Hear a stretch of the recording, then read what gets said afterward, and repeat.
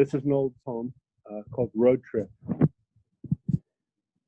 Peaches and firecrackers, Cointreau and oysters, fresh from the highway, unfettered by pesticides, James Joyce and Seamus Heaney, read by the authors warbling on a realistic tape deck.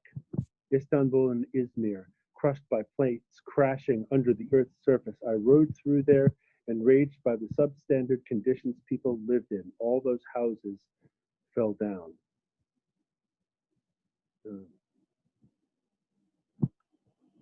This is a short one called Strawberries. Strawberries bursting in blood joy like a river dribbling down legs to be washed away to the edge of the garden, trickling thin and sweet, scalded pink under stars, collect in shallow pools, dilute in moonlight. One of my heroes is William Carlos Williams, and anybody who's a fan of poetry might know this, but in case people do not, he used to write a lot of his poems on his prescription pads. He was a pediatrician. And this is sort of like an opposite poem. There's a poem of his called The Wood Thrush, and this is called The City Pigeon. Unfortunate woman, it is too late. The city pigeon crawls out of your sewer. After the sun, she closes her eyes at you loudly with paralysis. Her plain foot, unresponsive to the great summer, moves your hate to you. This is called The Lonely Pedal Steel Guitar Player. And I think the form is a pantoum, if I'm not mistaken. His rhinestones are crying, and the steel guitar mules. The design on his boots is covered by jeans moving in 3/4 time. And the steel guitar mules in so many different ways. Moving in 3/4 time is the lonely pedal steel guitar player. In so many different ways, he caresses the strings with metal. The lonely pedal steel guitar player longs to hold a woman in those hands. He caresses the strings with metal. A round bar is warm in his hands. He longs to hold a woman in those hands, to hold another human being close. A round bar is warm in his hands. The design on his boots is covered by jeans. To hold another human being close. His rhinestones are crying.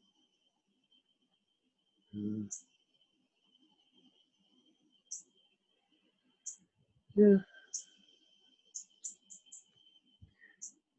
This is sort of self-explanatory.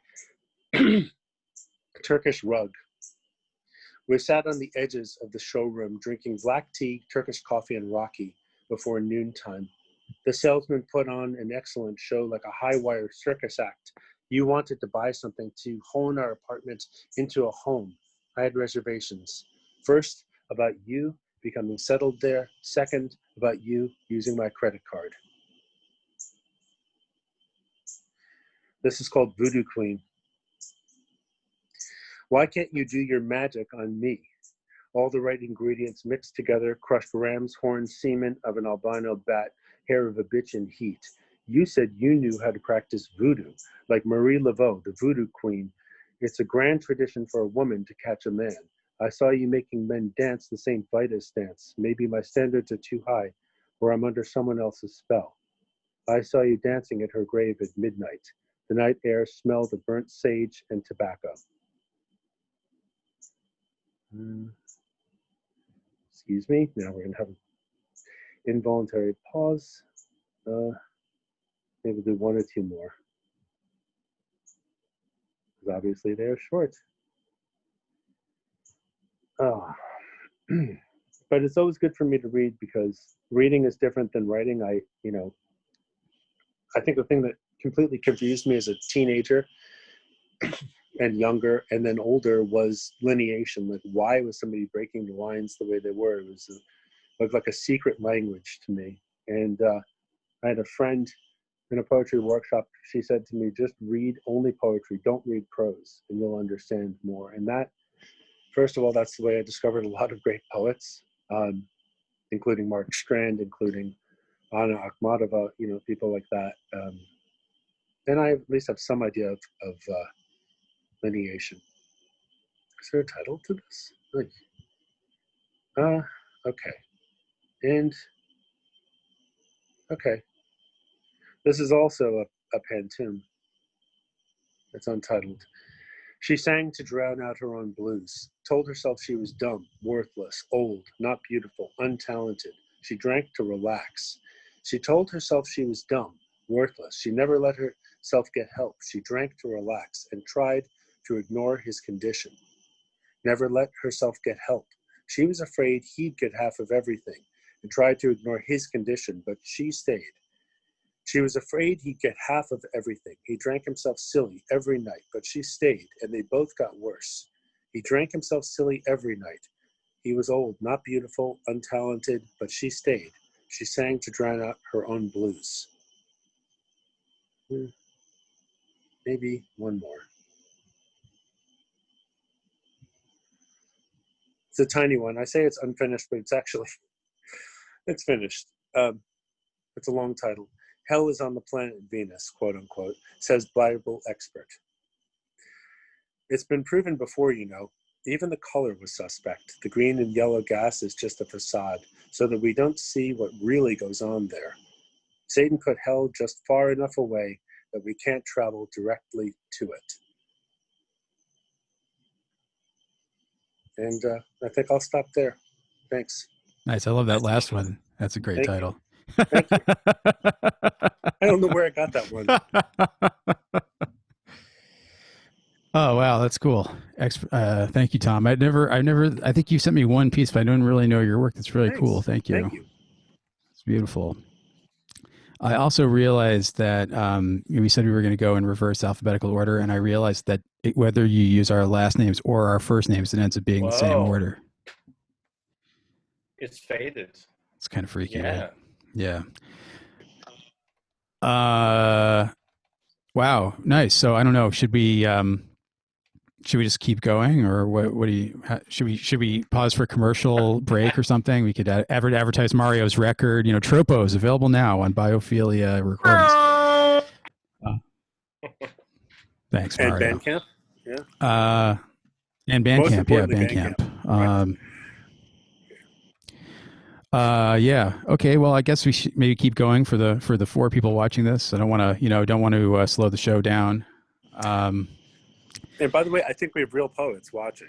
Molly McLean, if she's one of them, she's a great poet. Can you tell who's watching? No, but I'm guessing that she came. Okay. I think Ruth Lepson is watching, wonderful. who is also quite a great poet.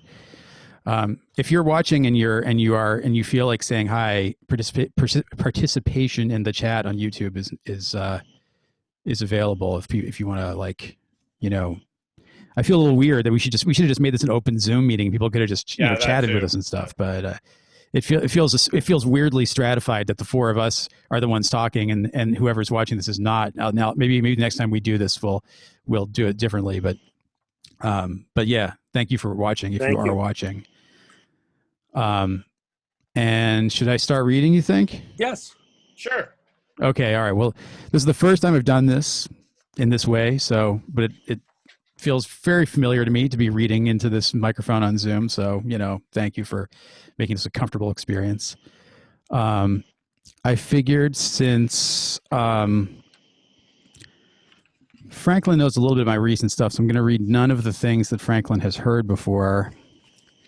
And I'm going to start with in honor of the fact that there are some New Yorkers on this call. I'm going to read something that is sort of about New York, or my life in New York anyway, although it doesn't really sound like it is. It's called Historia de un Amor. You've got a fast car. You've been working in some sinecure, some slow cinema work, respatializing some things. I'm telling a story about a building where they broke spaces into spaces until there was more than one kind of beauty in the same place at the same time, and they didn't even know. The floor was so thick it wouldn't shake if the roof was on fire, party people in the place to be, and all the cinders a few blocks southwest. This caskwood I'm burning smells like wine lees and casts a good retrospective glow. I'm a wrecker when it comes down to it, when it brings you down, when the walls come tumbling down, when the razor boy comes to take your fancy things, to evict you, to find a new way of romancing you, contractually, impersonally as a client, your representation. They say little children are supposed to sleep tight. Even the marginal residues of statehood, common law wives of the Commonwealth, all common in-laws in our sacred geography, flowing east-west in spasms, and west-east in fetishistic acquisitiveness, acquiring ways of urbanity, in the sense of being urbane, in the sense of being your bane, your easy target, your sacred, sacrosanct, sworn enemy. So that's for those of you. Actually, it's funny because I just realized that Franklin, we played a gig at Tonic once, and that actually is a little bit about Tonic.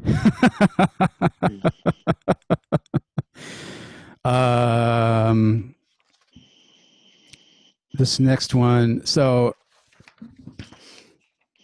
oh yeah. So this next one, as Franklin kind of knows, I've been kind of using some, I don't know what you'd call them, different strategies for putting some stuff together. And this one is kind of, it ends up sounding kind of political because of how I made it. And it's actually one of two things. I think I'm only going to read one of them, though. They're kind of partners, two sort of long things to go together. This one is called, I'm calling them Side A and Side B. And this one is called, I'm having sort of a weird Zoom experience. Is this actually working? Yeah, I guess it is. It's called Side B, but I may change it to Side A or may change the title completely. But this is a very recent thing. I just wrote this last week. Follow athletics. Announce the score. Game I felt of normalcy. This. We're trying to work reality, if not the immediate present. Washer listening to salted mixed nuts dial. Of all the problematic, the sides of the issue, of the law, the is problematic. No. Put some having a conversation. Whether it be problem, what is? It's a nice catch, latch onto. We, if I could. Much worse if from Springfield, replete with examples, very Cannons and Carter Farnsworth. That one incident, the calculus of your mind. Empathy it was. Numbers have been, are more enthusiastic. Questions in terms of in play, an advantage around his big rallies. Comfortable, the cancellation restarting. It's a big that aren't proven, some suffering, surprisingly, the primary, the race and means committee tea leaves. The race establishment who hold chairmanships be ousted. Holyoke Morse watching that broader thing Arthur Deal. Trying to make, at this point that's race. Very different money coming in. Took her vote against, specific way. For her, the end of a species, world. This New England Republican, the idea of a moderate in lesson, a dying breed of that, my pleasure. So that's side B. I think I'm going to skip side A.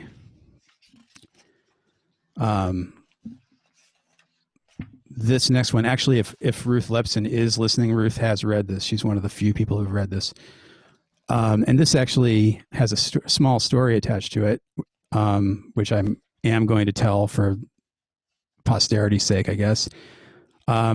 So I don't usually have an idea in mind when I start writing a poem. I usually just have a line or two. But I decided to experiment with the idea of writing with like an idea. And it didn't work at all. And I got really frustrated. But I wanted to write something about, so I've been reading a lot of Nathaniel Mackey, and I wanted to write something kind of, you know, Nathaniel Mackey is so focused and is so, you know, he's writing on these iterations of these similar ideas over time. And I thought that would be interesting to kind of like engage with something that I, you know, over a longer period of time. So I wanted to write something about trains and about like train journeys that I have taken. I've spent a lot of time on trains, and and I wanted to write something about that. And I tried and tried and tried and tried, and I totally failed. And then I participated in this thing that the Woodbury Poetry Library at Harvard put together of like Boston poets to do collaborations between Boston poets. Mario, did you didn't do this, did you, Mario? You're muted. Anyway, but in any case, so they introduced me to this guy, John Mulrooney, who it turns out I have a lot in common with. And John sent me, so we sent each other some stuff, and John sent me like pages and pages and pages of notebooks. And I took those notebook pages, and I just chose one word from each line of the notebook, and then I put it together and reordered it and changed the punctuation and et cetera, line breaks, et cetera, over time. And then I eventually realized I had written the train poem that I had been trying to write earlier and failed. So like I took his words and wrote the poem that I had been meaning to write anyway, which was kind of weird. But so here's the result of that. It's called Train Song. And it's really dark.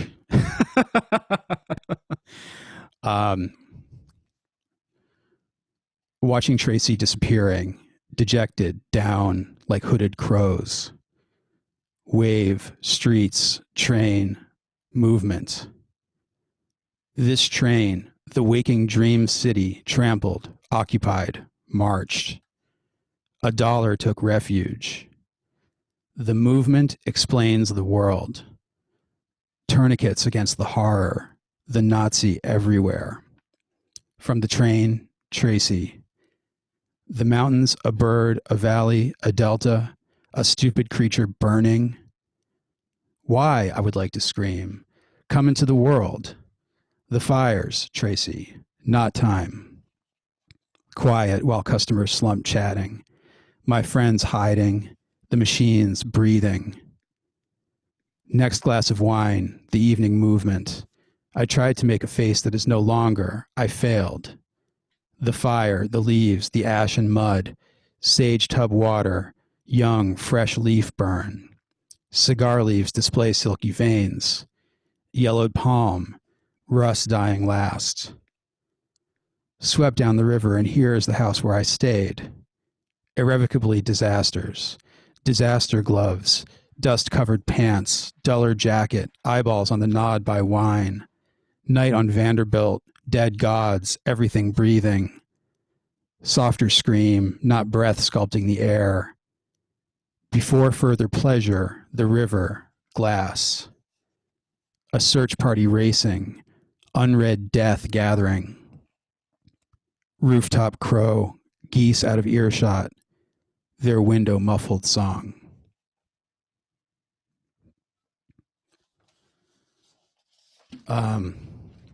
So I'm going to read one more, but it's really long. So hopefully you'll be somewhat patient with me here. It's got sort of a placeholder title right now. I've actually been working on it since January. So it's been in the works for a long time. And the working maybe permanent title for it is Nor'easter. And that title is because of the idea of something traveling from the Northeast and destroying things. So this is a little bit of a violent rant. So this is Nor'easter. Something always threatens to come back. There's no shelter here. You can't breathe. You're floating, sands tuning, and things hang, getting more visible. I think I remember this pulse. Think I pulse visible? Remember? This aerial nightscape palm tree grid down below, and the black freeways bending along the sea. The vertical hold slips and warm shivers, warm in the sense of sympathetically variable, attentive to the root, and expanding in delta, aortic heart grip seen critically as if thermosensitive. Slow your rotation. I'm divided, but the sides keep switching, so slowly it seems like a circle because of the space's response. Clarity is momentary tonight. Wait until it's drier. Wait until the smoke clears. Wait until the middle rises up. Wait until the soft secret messages shine negative. Wait until diagonality reconciles. Wait until the fugue declares its presence. Wait until separation's illusions fusion with fusion. Tricameral, stationary, almost not even there in the reeds, in waiting again, waiting, waning in place, holding in light levitation, light in the sense of weight, but also in the sense of illumination, maybe. You can always breathe here, smoky though it may be. Now assume centrality. Now assume a Tuvin's three tones. Now assume a duck flock's held spectrum. Now assume hollow half trombones, west-northwest, then east-northeast, and back. There's a funeral somewhere over the park. A cop got killed, so we approached, airborne ourselves, and our investigations revealed rippling and reducing, threatening to switch sides, noise of all colors, especially blue, pink, and green against distant half-moon backdrops of star scenes, flashing pebbly and radiating in waves in the sense of verticality when seen from above, and laterality when seen from the side. Parmigiani was here welcoming us to Paris in slightly saturated Pantone, white, blue, yellowy, but you're spinning away so slow, the voices are stretching in all ways, widening, and also in dishonest disagreement transformed into harmony without moving. At this depth, where surfaces fade into light, where the hawk wing searches for the rabbit's flashing haunches over the scrap-covered hillock, in this landscape, I'm painted in white on gray over faded green, running down southwest, pushing harsh into some kind of glare. I'm this thing they keep finding. I never leave. What do people want from fathers but their lack of absence? Not as submariners' wives. Not as widows walk circling wannabes. Not as summering windows being cruel, Ivy. Not as Ivorian cicadas simmering. Be cool, Walker, this is a shotgun wedding. Not as we win some down in the cool ivy. Not as some buses survive, man. I have no resistance, but I have no desire. I have no location, but I have no mass. I have no orientation, but I have no rights. I have no argument, but I have no voice. No voice. No song, no story, no set, no costumes, no camera, no script, no song to sing in this musical, and no voice to sing, and besides, I'm tone deaf. This room's a duplicate. W, for universal dubs, for dubbing diplomatic verses, uno by uno, automatic universal demarcation, dooming bayous, forming buds, for you and you and you and you. Broom universes, dub thee my double, Otto. Boom unto others versus this implication of form. Bubble over into formation you, I dupe. This is the universe, the orb, be dipped, severed, uniformed, chiffonaded into an amused bouche, buffed before avocados with you. I wanted this. In springtime, Brazilian nurses congregate in garlic knots over on 1A, in parallel, coupling greatly, and hating those that take advantage of them, and these that exploit themselves para la iglesia via gracious texts on smartphones driving cars so swart they can't hold cups. The fair-haired ones, the northern contingent summering effortlessly in shimmering leggings, the orderly wayfaring sun illuminating their pages with avant explicit servitude. It shines for them, these sisters, ingratiating themselves to the market's openings, advertising other races' groups, their critical coups reflecting paranoid grace and copying the pure. I want to count your words and calculate degrees of width expanding across the page in disorienting horizontality, the ends of lines drifting past ocular range into peripheries, confusing beginnings, suggesting and rupturing patterns before they happen. Thus revealing secret history, accepting culpability revelatorily, and accepting being an accessory to everything that happened, epigenetics expressing trauma of whatever ancestors, always getting chased from somewhere, horse thieves in the outer suburbs running some kind of a real estate scheme, never speaking the same languages for more than one generation. I'm doing math with you. I'm doing meth with you. I'm doing myth with you. I'm doing mothlight, red batik reflections with you. We're in league whether you accept it or not, enmeshed, respects and props and sample clearances and licenses of all kinds, universal, worldwide, and in perpetuity, these debts and arrears, these pawnbroker flashback lawn chairs. What am I, Irving Mills? I'm a washed-up ad man drinking in a hotel. I'm a sad-faced piano player in a drive called the Break of Dawn. I'm a devious press agent looking for my ticket to the big time. I'm an average guy who just happened to be down on my luck. I'm generic in that way. I'm nobody. I'm normal. I'm the norm, Norman. No man nor woman may know more than is known. It's zero sum plus one plus one. I believe in you. You're whole. You're real. You're unified. You're unitary. You're unison. You're a nation. You're a citizen. You're a representative and a constituent. You're the Congress and the Senate. You're the oral history and the archive. You're the nation's language and its voice. You're the oscillator and the amplifier. You're the voice's carrier. You're its modulator and its speaker. You know a set of keys beyond the staff. Not its filter, not its mouth, not its tongue, not its larynx. You're its tonsil and its saliva. You're the bubble and you're the tub. You're the steamboat and you're the river. You're the ark and you are the flood. That's it. It's my epic rant. Thank you for listening.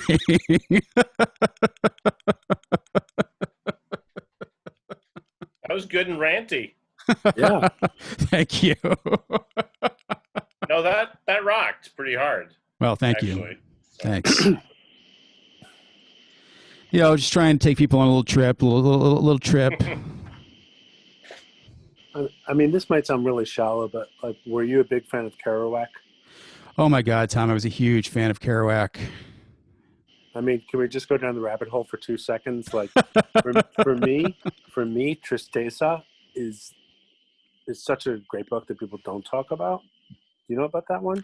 Where the morphine addict in Mexico that he falls in love with? I think I tried to read that when I was about 17, and I got incredibly freaked out by it, and I haven't tried again. I think I was 17 and I fell in love with that book. I was a very conservative teenager. I lived a very sheltered life. I mean, just on a brief technical thing about your poem, like I love the use of anaphora right in the middle of it. It's very cool. Anaphora. I'm sorry. Sorry. Well, let me. So anaphora means that you begin each phrase with the same words. Oh, yeah. Okay. So like in the moonlight, in the moonlight, right? Yeah. It has a certain rhythm, and Shelley talks a lot about this, like about sort of it tells us how to breathe in a way, listening too. Yeah. Yeah. So yeah. I love how like your punchline of all that was the red. Was it the red batik thing or the red something? Oh yeah, like a really interesting the moth light red batik reflections. That's a Kenneth Anger. No, that's a Stan Brakhage reference. Oh man. Well, there's a lot of and actually that stanza was what. So if Ruth is listening, I'm not sure if she is. Ruth wanted me to delete that stanza, and I haven't, obviously. There was a poet many years ago. We were in a poetry workshop, and she was whatever. We both did pretty well in this workshop, and so I read one of her poems, and I said, "Oh man!" Like, and I suggested all these cuts, and her poem was like a prize-winning poem. So my cuts were totally bullshit. I used to always, Ruth, if you're listening, I owe you so much. And I really, I always take Ruth's critiques extremely seriously. She was really the person who kind of gave me the green light to write poetry at all. So I take her critiques extremely seriously. And this was the first time I haven't done what she asked me to do. I rebelled against her edits this time, but usually I do them when she suggests them. So thank you, Ruth, if you're listening. Yeah. Hey, you got through it. You're now you're a poetry reader. I practiced. I read into a cassette recorder and listened to myself. So. That's torturous. Yeah. Well, should we keep going? Should Mario, is it your turn? Okay. Is that cool? Yeah. Okay. Totally. I'm going to do 3 or 4 poems. I'm going to share my screen now.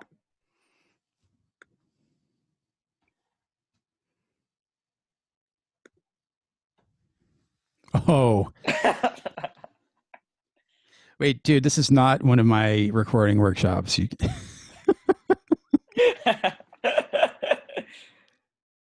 All right. I'll turn off my light so it doesn't look all weird. Okay. Or is that just so you don't have Oh, to wait. look Oh, at I yourself? didn't. Wait. Yeah. Also, I messed up. I have to share computer sound.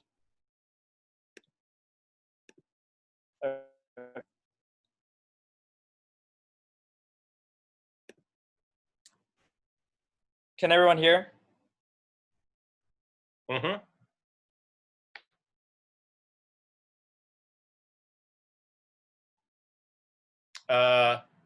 Actually, I'm not hearing What? What? I'm not hearing if there's supposed to be a track playing. I'm not hearing it.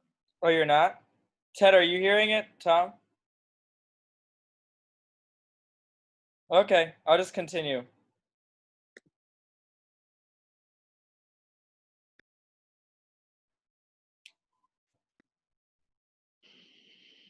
I'm not hearing it. You're not hearing anything? No, I see level. I'm sorry. I thought you were asking You if I don't- heard you. Oh. That's Are you weird. sending it to Zoom? Yeah. I'm screen sharing with my computer audio. Yeah, I think you did, Ted. But did you click that white box in Zoom where it said share computer audio? Yeah, it says share computer sound on the left. And how about your logic preferences? Are you Oh, sending this it to is Zoom? Reaper. In Preferences. Reaper? Oh, preferences. Sorry. Okay. Yeah. Okay. Sorry, everyone. No, it's a total pain in the ass. Input. I go to input or output device. Output. Yeah. Zoom audio. Yes, I did not do that. Apply. Okay. Dear Lord. Zoom video. Okay. Let's try it again. Okay. Can you hear this now? Yes. Yep.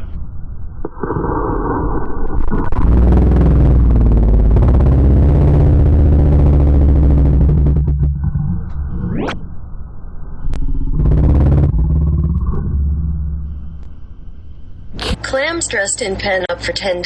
Best on plate of bits. Try doing it differently for the rape of a nut. Please don't. I know you will anyway. This frustrates. Side a menu outside just. Lance, I know options cancel themselves. Magic marker and dust. We are in together. Before I see only the figure, the whole, the pleroma. Everyone zoom in only, zoom in only, zoom in only, if and only, zoom in only, zoom in only. A figure that treated everyone like the tip jar. Everyone likes it. You're clearly wrong. It is pen and soda water, Rembrandt, a costume, and mother. Surely your mother is everything that the idea of. It wasn't. Your eyes are imperfect because of ignorance. Oh, what a day for clams. Sunny and bright, seeming it might be for us, biting the oar, the teary sore, loser. In it was for us. Wouldn't grab that dust, bite it, as they would say. One only does, but everyone is too sensitive. pussies. Fortunately, The artist was a good Dutchman. Fetch them for me, core team. The only ones beaming for me, beating, but not beaming. Seating, but not teething. B-E-A-P. The fellow.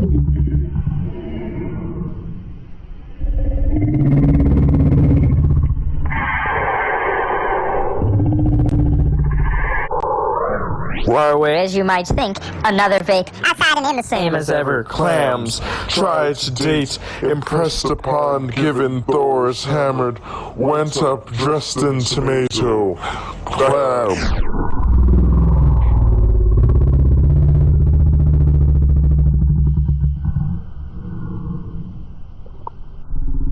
Doorbell and husk feeding your mother in the times, not her bust. The artists don't find it, it is there. The lemon, the oil, the salt, the sauce. $10 for clams. That's one poem there. And I'll read the second one, and then there's going to be another one that I put on here.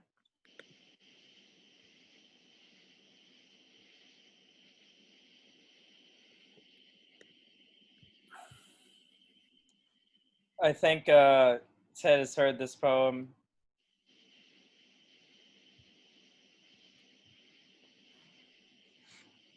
Can you see my screen? Yes. Mm-hmm. You could see the selected poem. It says, do you see a Word document? Okay, Oh, no. that's good. That's fine.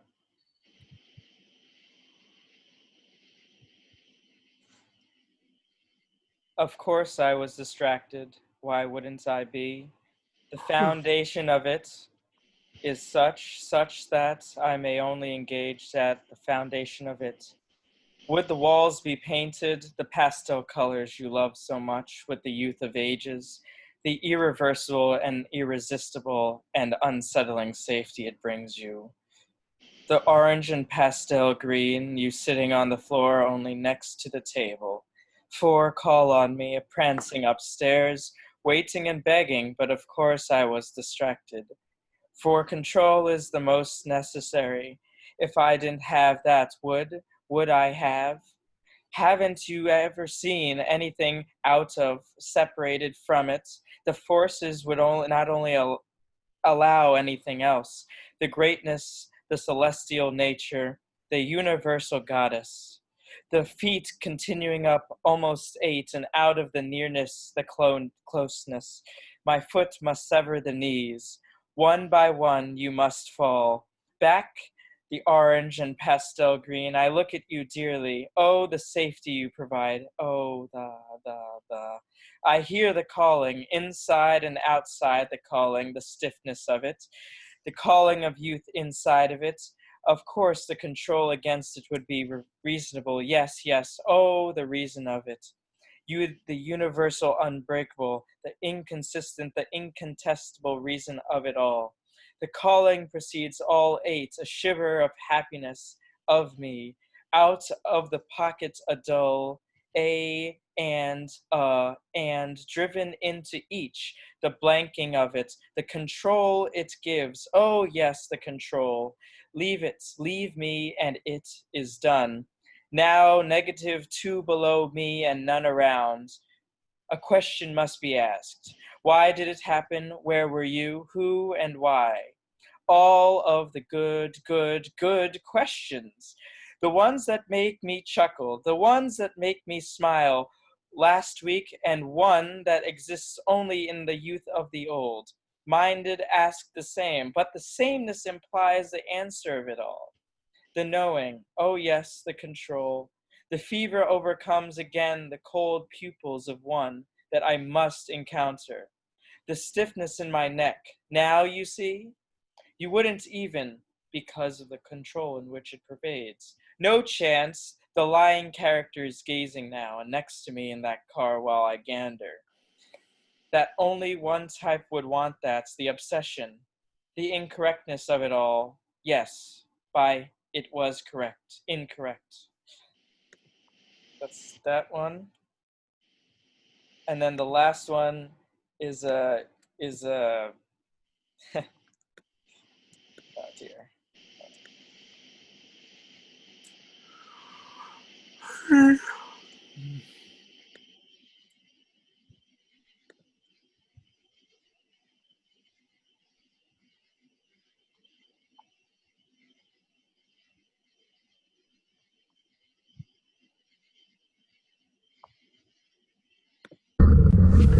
Nostalgia hit me hard last time it was past 7. Dreaming of love didn't harm us. See to it that you get home on time, because respite is indeed shorter than you thought it was. Welcoming arms don't touch the way they used to. They don't feel dignified, but morose and dreary. Yet another forming itself around the magic of another. Welcoming arms touch in such a way that you wouldn't want. The veins words intertwining with yours, becoming those of lines, concealing the new brick forced upon the grower. It is indeed good to plant plants. They say we need a few million trees to sustain this environment, but I say it's a little bit more than that. It was nostalgia all over again, the same feeling as last time. I felt it in the room changing, making sure my uniform was trim and sharp. You can tell when you move, it always snaps. All of those times walking up the main street, not saying anything but understanding that nothing was different. The welcoming arms seemed different then. They were innocent and crossed each other in puzzle piece. They were real arms, not the fake ones of today. The plastic underground and temple of misery. Make sure you go every day and upgrade while you're at it. It is hard to believe that all I want is the sense of the arms, the structure, the reason and the purpose. I want to see the veins open, pouring on cement. People will always find the reason in Mesmer to love it. Just because of nostalgia, the times of darkness without the despair to go along. The content of it never gets making others feel low. This is supposed. Just turn yourself off, please.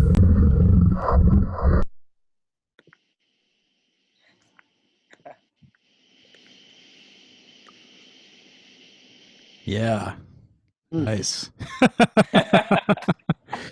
I hadn't heard this new mode you're working in, Mario. I did that just like in the last hour. Oh, okay. Yeah, Wait, were you reading it live, or was that a recording? No, I recorded that.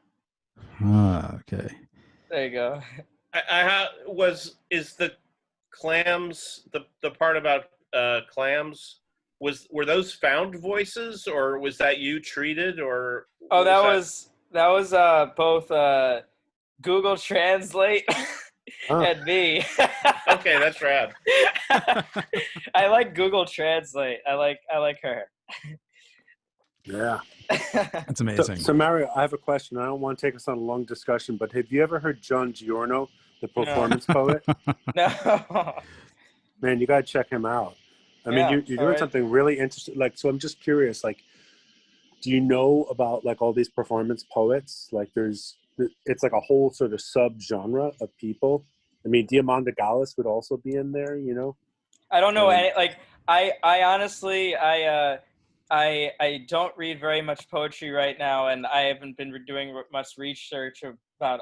John Giorno, you said. John Giorno. I'll put him in the chat. Yeah. Giorno. Yeah, my friend Charlie. I just ordered his memoir. Oh, nice. That must be interesting. Yeah, it just came out. Did you know? I mean, he doesn't come up that much, but it's his posthumous memoir. He was heavily, just for those listening who don't, I mean, Tom knows this too, but he was very much involved with the downtown St. Mark's poetry scene, and he also set up the Dial-A-Poem service in the early 70s, where there was a number Sorry, Franklin froze. You froze there. Yeah. I want to hear that again too, about Dial-A-Poem. Go ahead again. Franklin has glitched out. Oh no! You might off the phone and hear a three. Am I coming back? You are, yeah. Yeah, you're back. Okay. Maybe if I don't talk so fast. Does that help? There'd be a 3-minute reading of John Cage or something. And some of the first material of any of this kind I ever heard, he started making LPs, like the Dial-A-Poem poets, and in my local public libraries in the Southern California, Pomona Public Library.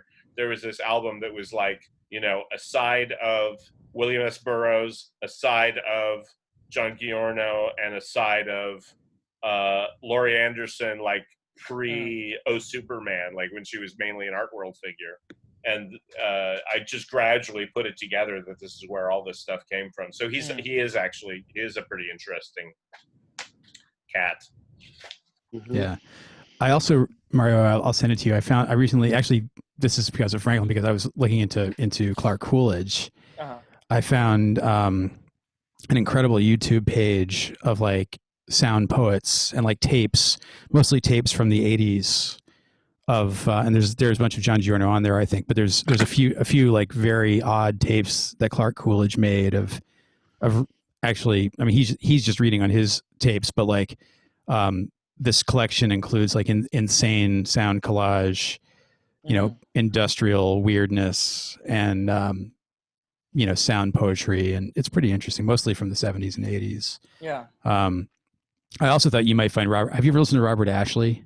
No, you should That's just send me another all one, these things. Yeah. I wish I knew more Robert Ashley. I mean, I know people who swear by him, and I love like the little bit that I know, but somehow I never found enough time to get into the stuff that everyone's into. Well, I you love get it. into all the I other love his books. stuff. No, Robert Ashley. Yeah.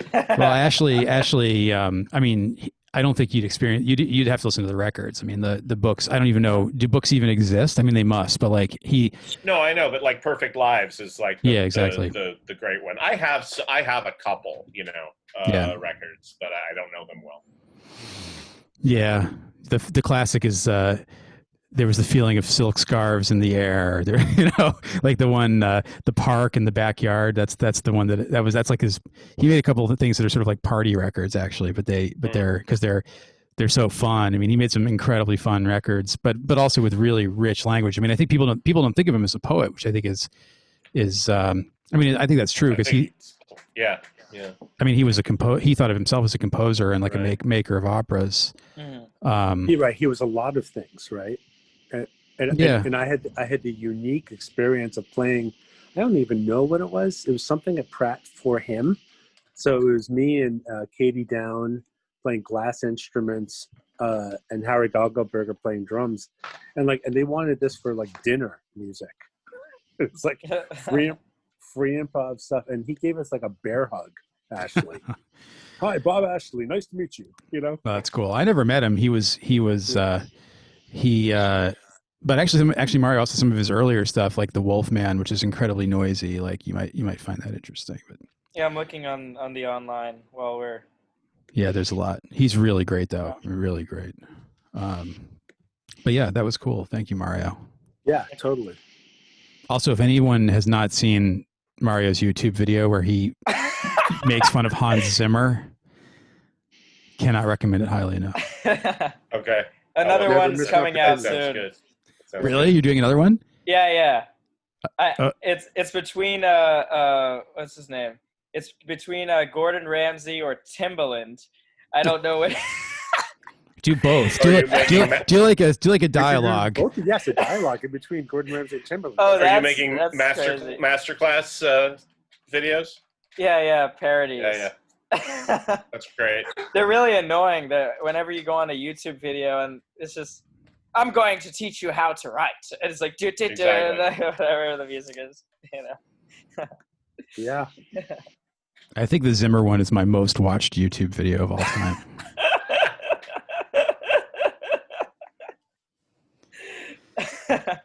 I'll put it in the chat.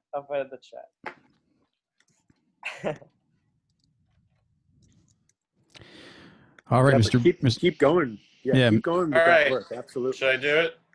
Okay. Yeah. Hey, I want to see. I'm going to plug in my other mic real quick and see if it sounds any better.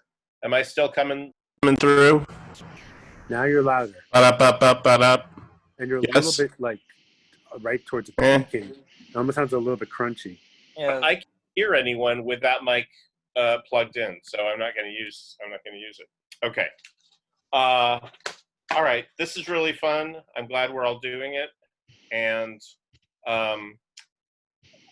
I feel like I have to comment first that I am just I'm feeling more messed up than usual because of this this post office shit.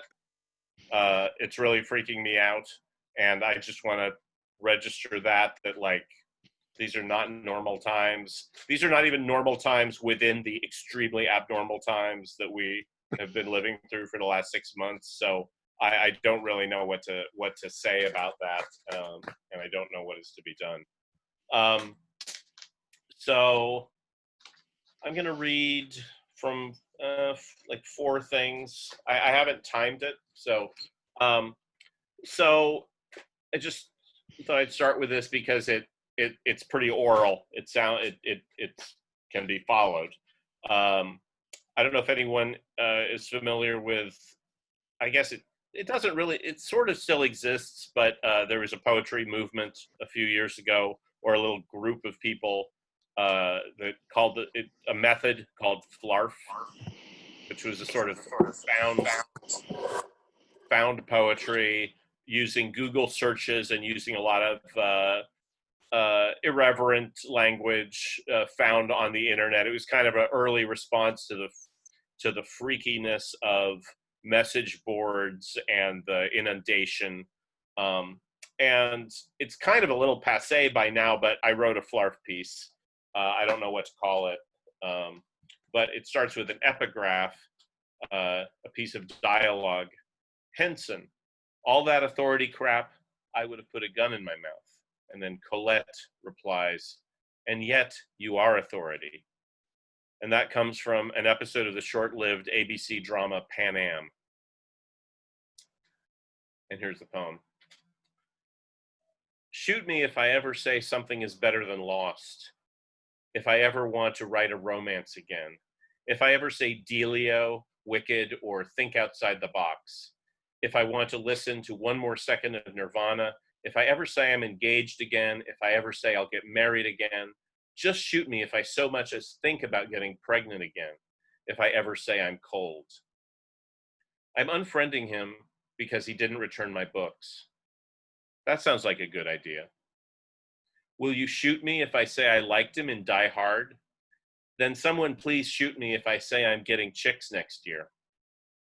Please shoot me if I become like that, if I ever have to move again, if I ever get this addicted to AOL, if I'm ever seen wearing a John Deere hat, if I ever refer to myself as an artist, if I start painting flamingos, if I suggest multiplayer ever again, if I ever go back to the Hemet Verizon store, if I ever get a severe spinal cord injury.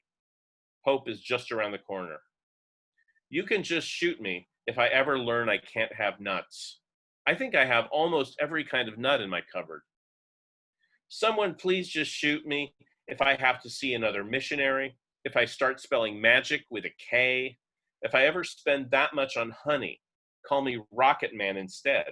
If I say I have the nerve to do event videography, if I buy a book on lichens, I think I have a new entry for my wife's Just Shoot Me If I Ever list.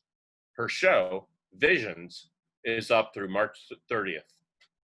I'm actually more fond of the look in King Kong than in Avatar, all the fantastic imperfections miniatures give you.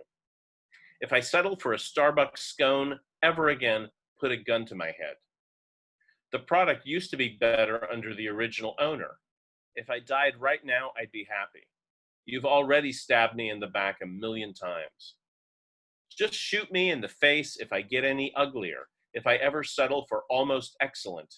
Guess who hates her new haircut so effing much she came home and asked my sweetie to just shoot me if I ever try to use a picture of a model from goddamn Vic's Secret as an example of what I want my hair to look like. I can't stand the mall. Just shoot me if I have to go to buy something. That's why I am cool with Barbara buying everything I wear. As authentic Catholics, we can never promote euthanasia, but I'm thinking, would it be possible to combine the two gateways and double our bandwidth? Just shoot me if I'm way off base on this. Considering they'll shoot me if I say I'm hiding Jews, I'm going to say no. Whether or not I am actually hiding Jews is irrelevant. Vegas is a totally different world. Shoot me if I say I want to go there.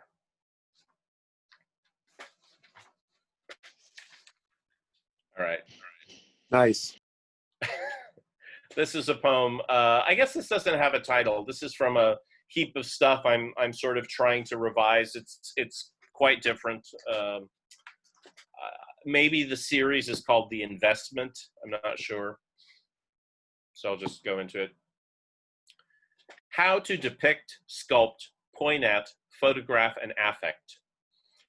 Could there be another order one could burn in, exculpate, exult over? You are not watching a process. You're wishing for words that get at how you sweat, how you smart, how you watch yourself sketch. Walking by, what does that consist in? Is it a state to be in, to remain in? Or do we burn it off like fuel? Is it anything to act on? Does it repossess a shape up here? Does it shave itself in a beautiful room? Is it possible to carve ourselves a slice? You don't know how, but you're walking by it, living under compromise with two kinds of emphasis. That would be the usual relation depicted in a photograph taken without your knowledge. To age, grow older. To age it, wine or cheese or celluloid, just wait. Bread is a solid foam. It doesn't age well, doesn't keep. Is a body too perverse to persevere or too severe? What to choose from, a list or its complement, the counter list of everything not on it. For a moment, you lose consciousness, to score, to mark, to talk it into being like a sculpture. You have seen how a crust forms over it when a wedge is removed. There are several shields, but only one glass works. You envision it drawing so near, making the compromise clear. Lift from the kiln a loaf of prose, cool it to a panel, a paragraph, a pane. Verso, recto, you are polishing a brick or a tile. Is it clear what it is? To compromise a composition, get leg up on competition. Don't just walk by or walk on by. To make it less unlikely as you step inadvertently into the frame, as the shutter snaps, the word goes off. Oh, what a list of something's missing. Not a sign of what it doesn't seem I could have photographed or sculpted. There is too much movement to capture in glass. It's choreographic, a delay not staged. It's crossing the sky slowly and quickly enough to allow us to say, there's the moon. No, there's the moon. No, there and there and there.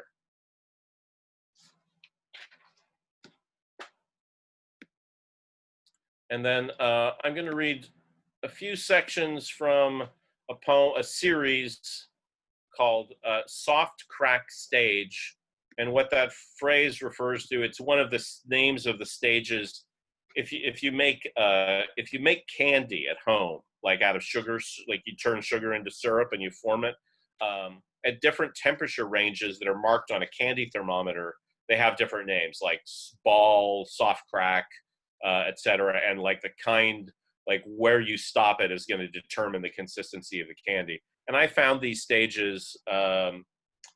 This poem is a mashup of language from Immanuel Kant's Third Critique and one particular section, and on like crystallography, and a book of candy recipes from like the 50s. So I will read there's about 10 of these, and I'll read like every other one. I'll read about half of it. The whole series would be a little long for this. And there are temperature ranges attached as kinds of titles. And this one is just 215 degrees Fahrenheit. And I'm reading this one off of the screen, so I have to go a little. Okay. Sorry. Little page problem. 215 degrees Fahrenheit. Dripping through a bed of gypsum, the halo on the cave of Antiparos gives information, not equivalence. We commonly speak of all sorts of things as being harder or softer than others. A servantless house, the busiest friends, tinted coconut, a cursor fitted with a screw lock. A scissors dipped in butter determines the force at which the tip destroys the coverture. The Z-shaped dab atop the opera cream. After hours of exertion, I found myself gloved to the elbows in brown, sticky goo. I blamed it on the fact that I couldn't read French. 230 to 234 degrees Fahrenheit. The most primitive observations involve simple hefting of objects. Pillows, Brazil nuts, a ball that flattens when removed from the water, the last act of the bat. I had a whisk, a Dover beater, some wooden spoons carved in Norway. Without a sclerometer or the slightest ground for suspicion that quick inspection and background knowledge of the site from whence the sample came might foreclose every possibility but one-night stands and split-week billing, we would have to learn from nature what to find beautiful. Once ambition has led you this far, there is no turning back. I advise employing a camel hair brush for this process. 244 to 248 degrees, it's getting hotter. If even one crystal is allowed to form, a chain reaction may turn your whole batch grainy. In plain speech, rock hard designates only 1 degree of hardness, proportions the same in pounds or quarts or ounces. The rest determines a fabric, a figure or texture, an old play with a new cast. The matter within regarded as fully dissolved, they are forced from their vehicle in considerable quantity, though not the least bit colder than the druzy configurations, hematite, galenite, red silver ore, that shortly before were fluid. You'll continue to punish yourself until you are successful. 270 to 290 degrees. Marzipan heads of Lincoln, Jefferson, Franklin, fastidiously held above a gleaming copper kettle. Doubtless, there are ways that 2 or more people may be juxtaposed in physical space: acrobatic pyramids, subway crowds, sexual couplings. Exposed to white noise at plus 40 dB, I came to be fascinated with the question of red corpuscles, whether the man had more than the woman. Most actresses watch those scales relentlessly. And then the last one is 320 to 338 degrees Fahrenheit. A liquid thread that runs off the back of a spoon and will not form into a ball that flattens when removed from the water, a ball that does not flatten when removed from the water, a ball that holds its shape when removed from the water, threads that will bend, threads that are hard but not brittle, threads that are hard and brittle as appetite, a strange inversion of meaningfulness, teeth grittingly discordant to my ears, to shells, to feathers, to shapes of whole plants, a judgment subjected to a critique of its own possibility. The rapidly cooling surface gives the crust its crunch, but this is not really what measurement is. And then just a very short poem. Oh, I wanted to say, I guess I should mention for any I don't know who's out there, but I too have a recent Bandcamp release. Some songs that my band, The Human Hearts, recorded with Mitch Easter in North Carolina. That it's been we recently mixed them remotely. It's been a long process of getting these out. So if you go to Bandcamp and you search for The Human Hearts, the title of the EP is The Day of the Tiles, which was an early incident in the French Revolution. So you can take a look at that. And fellow readers, I will happily send you links to this. I meant to mention it to all of you. Tom, you've played at least one of the songs at some point. Nice. I listened last night, actually, Franklin, and I really enjoyed it. And I have a question about it when you're ready. It doesn't have to be right now. why don't I read this and then we'll chat. So this is just a short poem. It's a love poem called "Lubbed Up," like a cartoon heartbeat. That's what reminded me of the human hearts. Lubbed up. My poetry in motion detector, geigered at your saunter, jangled at your canter, augad at your trot. But at your stillness, at your silence, the batucada, the clang-farben melody, the lush rush of feedback that beat in my ears, that beat in my blood. Right.